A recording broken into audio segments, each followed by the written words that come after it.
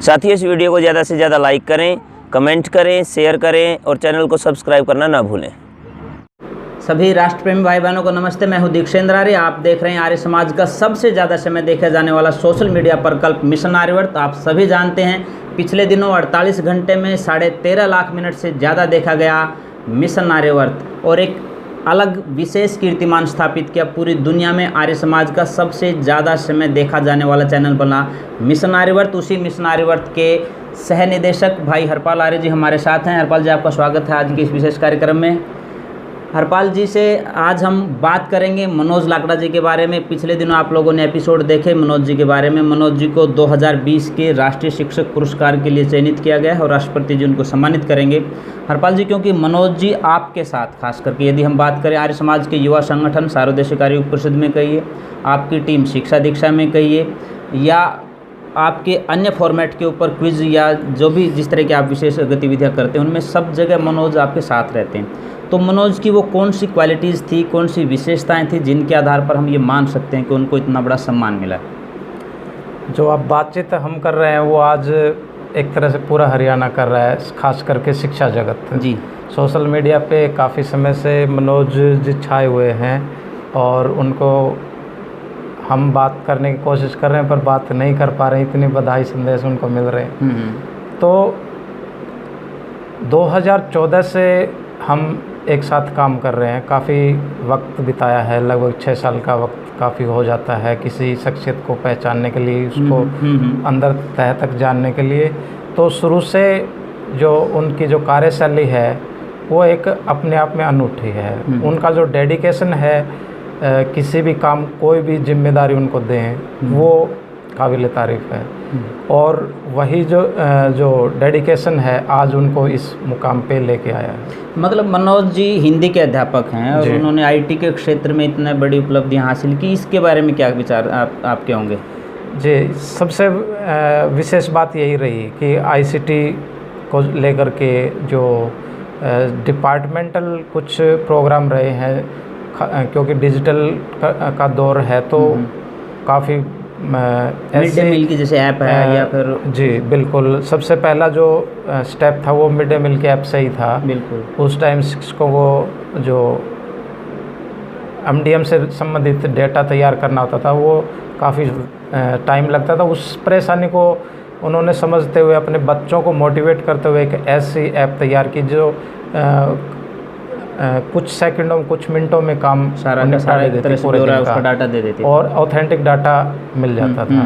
इसी प्रकार और बहुत सारे काम हैं जो इन्होंने किए हैं, जो आपने अपने इस चैनल के माध्यम से दिखाए भी हैं। बिल्कुल, तो एक तरह से सोने पे सुहागा वाली बात थी कि हाँ, मुझे पता है मनोज जी का। अगर हम पेड़ लगाने की बात करें तो लाखों पेड़ उन्होंने विभिन्न संस्थाओं से मिलकर के लगवाए हैं। उनके ही विद्यार्थियों ने एयर कंडीशन हेलमेट बनाया है। इसके अलावा उनके विद्यार्थी जहाँ विज्ञान की प्रदर्शनी में राष्ट्रीय स्तर पर सम्मानित हुए हैं, उनके ही द्वारा, उनके बच्चों के द्वारा जो डिजिटल टीवी बनाया गया और 1800 के आसपास विद्यालयों में जो है निःशुल्क पहुंचाया गया, ये मनोज जी की बड़ी उपलब्धियों में शामिल हैं। इसके अलावा मनोज जी खुद दर्जनों विद्यालयों के सैकड़ों विद्यार्थियों को स्कॉलरशिप अनेक संस्थाओं से मिलकर के दिलवा रहे हैं।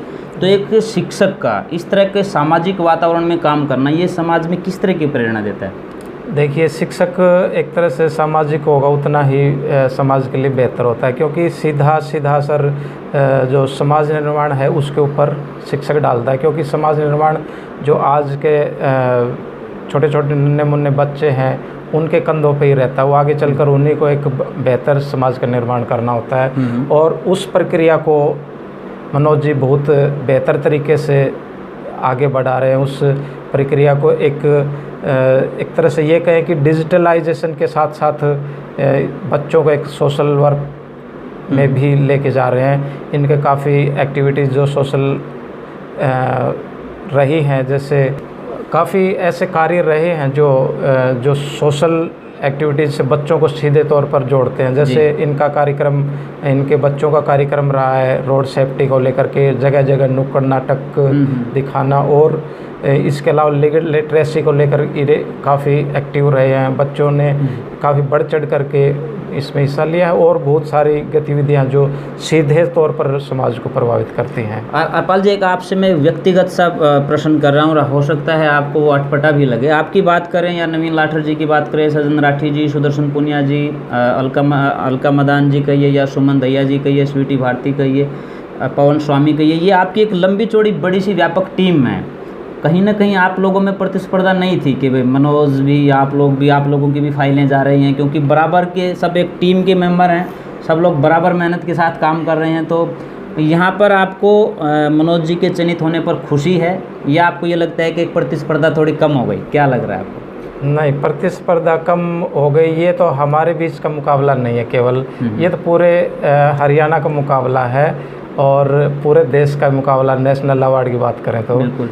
और रही बात कि प्रतिस्पर्धा, आपसे प्रतिस्पर्धा की, तो देखो सीढ़ी होती है, उसमें पहले डंके का भी उतना ही महत्व जितना ऊपर वाले का होता है। तो हर एक का अपना अपना महत्व। और मनोज जी तो एक जो इनका चयन हुआ है वो तो हमारे लिए एक मोटिवेशन का कार्य करेगा कि हमें भी लगेगा कि हाँ, हम भी अचीव कर सकते हैं अगर हमारी टीम के एक साथी कर सकते हैं, हमारे टीम के साथी इस प्रकार से आगे बढ़े हैं।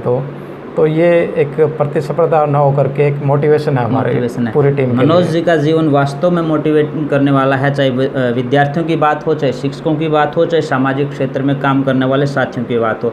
मनोज जी न सिर्फ शिक्षा के क्षेत्र में बल्कि विभिन्न सामाजिक संगठनों में, और यदि मैं आर्य समाज की बात करूँ तो आर्य समाज में युवा निर्माण अभियान में जब भी मनोज जी की ज़रूरत पड़ती है, खास करके नए नए तरीक़ों से बच्चों को मोटिवेट करने की, उनको प्राचीन वैदिक संस्कृति से जोड़ने की, तो मनोज जी की भूमिका एक अग्रणी साथी के रूप में रहती है। तो हरपाल जी, आप जो है खास करके जो लोग रह गए इस क्षेत्र में जिनकी फाइट थी, तो उनके बारे में आपकी क्या प्रतिक्रिया रहेगी? वो रह नहीं गए हैं, उन्होंने अचीवमेंट हासिल किया है, हम ये कहेंगे, क्योंकि जो बेस्ट 3 में जाना भी से बहुत बड़ी बात होती है। वो भी एक तरह से डिस्ट्रिक्ट से निकलना, फिर डिस्ट्रिक्ट के बाद जो हर डिस्ट्रिक्ट से 3 कैंडिडेट गए हैं, 22 ज़िले हमारे पास, तो ऐसे पता नहीं कितने केस वहाँ गए होंगे, उनमें से उन्होंने इस मुकाम को हासिल किया। वो भी एक अपने आप में बहुत बड़ी बात है।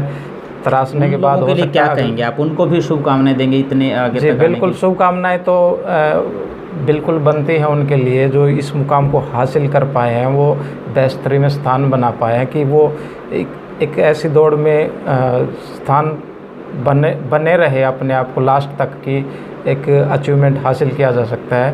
तो शुभकामना के उपलब्धियां थी तभी वो कहीं ना कहीं बेस्ट 3 में पहुंचे, और मैं भी मिशन आर्यवर्त की ओर से उनको और आपकी तरफ से भी बहुत बहुत शुभकामनाएं देता हूं। अंत में हरपाल जी, आपसे मैं पूछना चाहूँगा, बिल्कुल जो नए शिक्षक हैं उनको किस तरह की मेहनत करनी चाहिए, न सिर्फ अवार्ड के लिए बल्कि रिवार्ड के लिए भी? क्योंकि कई बार अवार्ड नहीं मिलता लेकिन लोगों का रिवार्ड बहुत मिलता है, कि लोग जुबान पे निकलता है कि हाँ, ये लोग बड़ा काम कर रहे हैं। मनोज जी को हम लोग देख रहे थे, बहुत पहले से हर व्यक्ति ये कहता था कि मनोज जी नेशनल अवार्ड के हकदार हैं, मनोज जी नेशनल अवार्ड के हकदार हैं।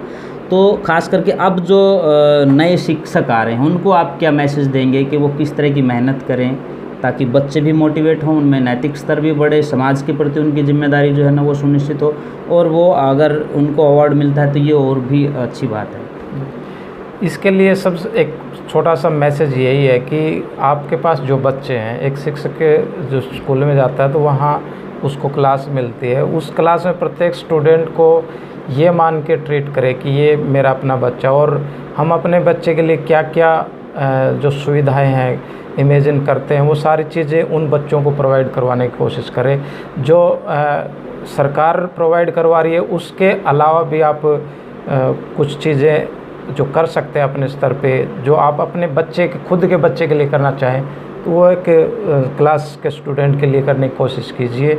बाकी सारी चीज़ें अपने आप अचीवमेंट में आ जाते हैं आपके। बच्चे को ध्यान में रखते हुए आप अपने के आगे के कार्यक्रमों को बनाएं, उसी के माध्यम से उनका शैक्षिक और नैतिक दोनों स्तर जो है वो कैसे ऊंचा उठे, कैसे जो वो और ऊपर जाए, इसका प्रयास आप लोग करें। हरपाल जी हमारे साथ हैं और मैं साथियों को निवेदन भी करना चाहूँगा और आप लोगों को सूचना भी देना चाहूँगा, कहानी आदर्श शिक्षक की जो कार्यक्रम आता है उसके कोऑर्डिनेटर हैं भाई हरपाल जी और अशोक आर्य जी।